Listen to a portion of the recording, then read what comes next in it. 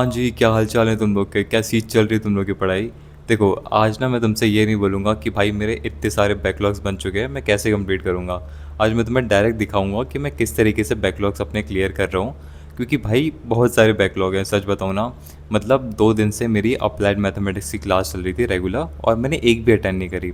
ऊपर से फिर मेरा बीएसटी का जो सेकंड चैप्टर है, उसके तो मैंने लेक्चर अभी तक अटेंड ही नहीं करे हैं। पता है, मतलब ये बैकलॉग्स ना पूरे क्रिकेट मैच की तरह हैं। मतलब एक विकेट जाता है, फिर दूसरा विकेट जाता है, फिर तीसरा। वैसे ही ना इसके भी ऐसे ही है कि एक बैकलॉग बनता है, फिर दूसरा बैकलॉग बनता है, फिर बैकलॉग्स बनते ही जाते हैं, फिर बिल्कुल ख़त्म नहीं होते। तो भाई वो ऐसे ही मतलब बहुत सारे बैकलॉग्स बन चुके हैं, तो अभी उन्हीं को कंप्लीट करना है। तो अभी तो मैं अकाउंटेंसी का लेक्चर देख रहा था, आज ही ये लेक्चर कंप्लीट हुआ है, और मैंने देखो यहाँ पे कॉपी में भी डाल रखा है लेक्चर नंबर 3।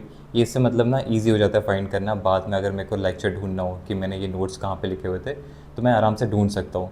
तो वही लेक्चर देख रहा था मैं, और मतलब दोबारा इसको देख रहा था, थोड़ा सा इंपॉर्टेंट था इसमें कुछ लास्ट वाला पार्ट, तो उसी को दोबारा देख रहा था, और क्वेश्चन भी सॉल्व करे थे मैंने अभी इसके। देखो, अगर अकाउंटेंसी की बात करूँ ना, तो उसमें ऐसा जैसे कोई बैकलॉग्स तो है नहीं।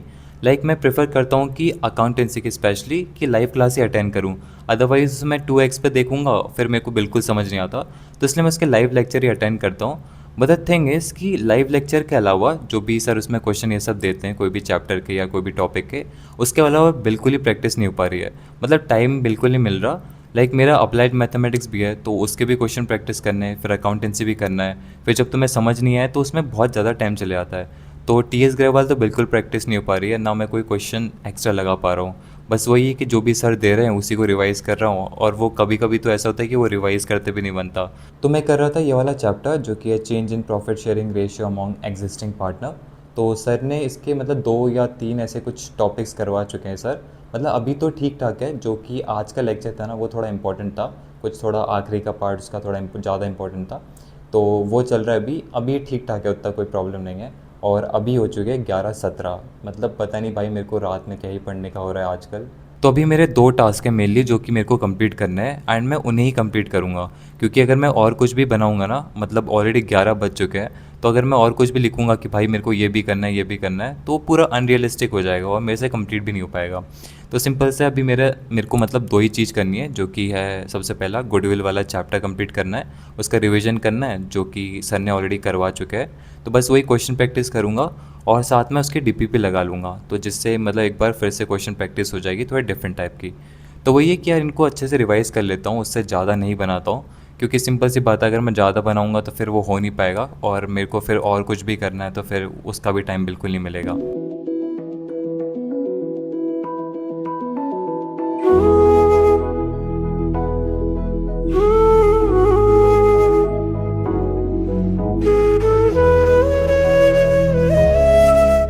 मैंने तुम्हें एक रियलिटी के बारे में बताता हूँ, and I am pretty much sure कि ये रियलिटी वर्ड सुन के ही बहुत से लोग इस सेगमेंट को स्किप कर देंगे।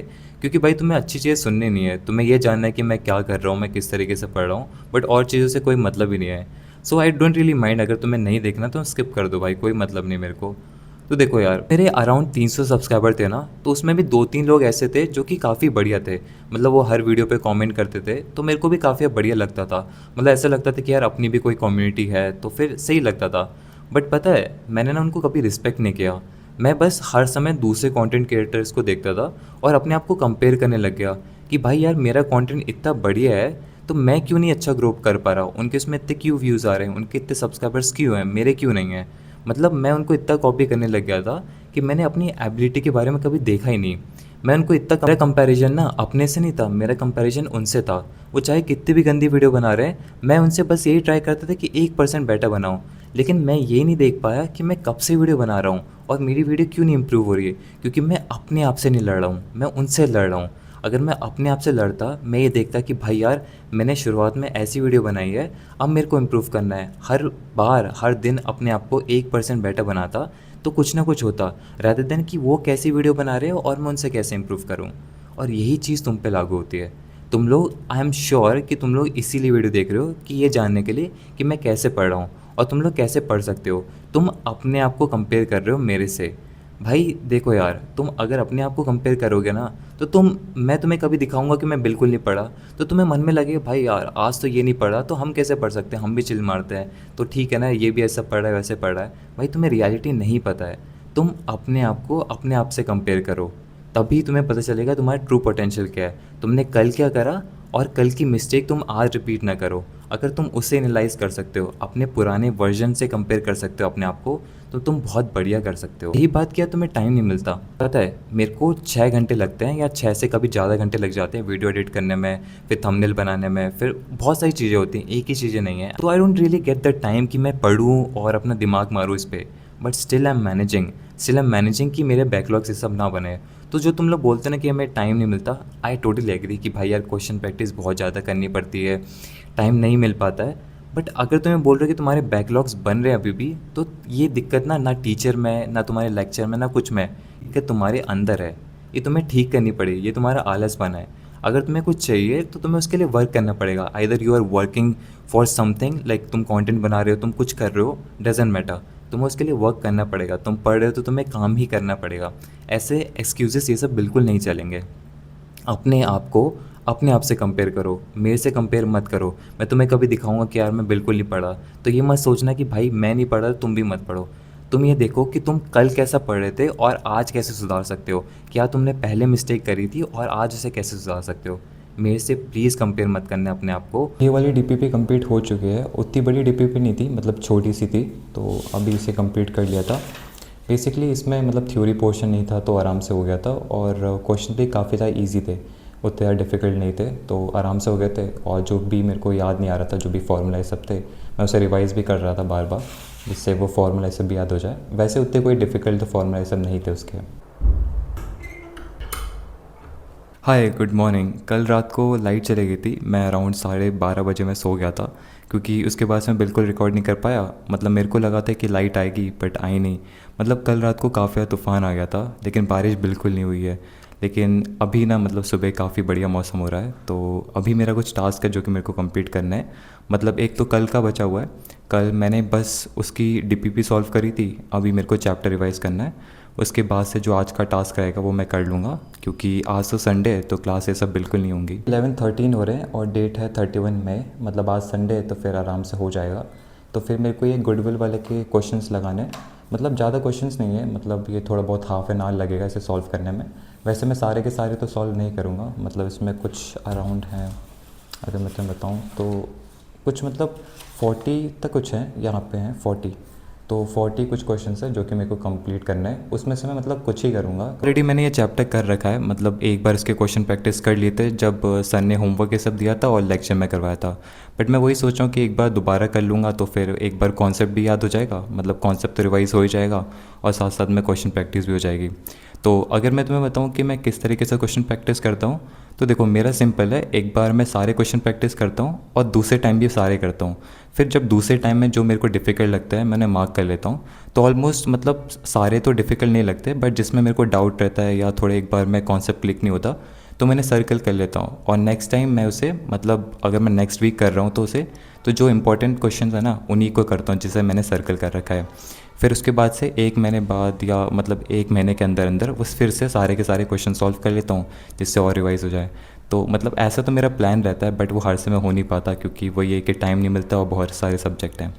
तो फिर अभी तो मैं यही करता हूँ, क्योंकि वेदर काफ़ी बढ़िया हो रहा है, अभी तो काफ़ी बढ़िया हवा आ रही है, तो मैं इसे कंप्लीट करता हूँ, उसके बाद से मिलते हैं।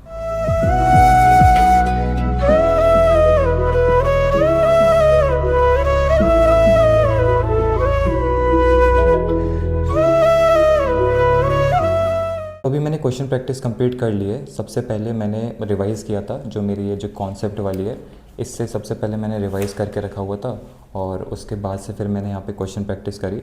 बेसिकली क्वेश्चन प्रैक्टिस तो बस मैं कैलकुलेशन पे ज़्यादा ध्यान दे रहा था, क्योंकि कैलकुलेशन मिस्टेक सबसे ज़्यादा हो रही है, और जो भी इंपॉर्टेंट ये सब था मैंने यहाँ पर लिख लिया था। तो मतलब ज़्यादा ऐसे मैंने कुछ लिखते हुए नहीं करा, फॉर्मेट में नहीं करा, जस्ट कैलकुलेशन ये सब कर रहा था, क्योंकि इसमें कैलकुलेशन काफ़ी ज़्यादा है। तो फिर ये भी कंप्लीट हो गया था। One thing that I have realize while solving the questions of accountancy is that I am making lot of calculation mistake. मतलब काफ़ी ज़्यादा सिली कैलकुलेशन मिस्टेक हो रही है, जो कि होनी नहीं चाहिए। मतलब मैं सोच रहा हूँ कि आंसर क्यों नहीं आ रहा है, फिर बाद में देख रहा हूँ तो फिर उसकी कैलकुलेशन मिस्टेक दिख रही है। तो कैलकुलेशन मिस्टेक ना काफ़ी ज़्यादा इंप्रूव करनी पड़ेगी। मैं ना मतलब ऐसा था कि मेरे को जल्दी से निपटाना था, तो इसलिए मैं जल्दी जल्दी में कैलकुलेशन कर रहा था, फिर ख़राब हो जा रहा था और फिर और ज़्यादा टाइम लग रहा था। तो वही है कि कैलकुलेशन पे थोड़ा ध्यान देना है। और फिर मैं तो नोट्स तभी बनाता हूँ जब एक बार मैंने सारे क्वेश्चन प्रैक्टिस कर लिए होते हैं, क्योंकि जब मैं क्वेश्चन प्रैक्टिस करता हूँ मेरे को एक कन्फ्यूजन आती है, डाउट होता है, फिर मैं उसे सॉल्व करता हूँ या सर्च करता हूँ, फिर जो भी मेरे को इंपॉर्टेंट लगता है फिर उसे मैं लिख लेता हूँ, ना कि पहले ही सारे नोट्स बना लो फिर खोलो ही नहीं। तो वही है कि सॉल्व करके ही होता है। मैं वही सजेस्ट करूँगा कि एक बार खुद से सॉल्व करना और क्वेश्चन को अच्छे से रीड करना, क्योंकि मैंने खुद ने ये मतलब रियलाइज़ करा, देखा है कि जब मेरे को क्वेश्चन समझ नहीं आता फिर मैं 1 या 2 बार पढ़ता हूँ दोबारा, तब थोड़ा बहुत समझने आने लगता है, क्योंकि थोड़ी सी वर्डिंग ट्रिकी होती है, वैसे तो क्वेश्चन काफ़ी ज़्यादा ईजी होते हैं। So gonna end this video here. I have couple of tasks planned for today because it's Sunday, so I can revise couple of things. So I have BST, then English probably I'm gonna do that, some question answer practice अगर हो पाए तो, but most probably I'm gonna revise the BST chapter जो कि second वाला है। मतलब मैंने उसे ऑलरेडी एक बार पढ़ चुका था बट वो रिवीजन नहीं हुआ है, तो फिर वो पहले पढ़ने का बिल्कुल मतलब नहीं है। So I suggest you that revise करते रहना जो भी पढ़ रहे हो, मतलब थोड़ा बहुत ही रिवाइज़ करो बट कर लेना ज़रूरी है। तो वही रिवाइज़ करना है, उसके बाद से I have to post this video today itself. So I'm gonna edit this. I don't know how long it's gonna take, but I have to study too.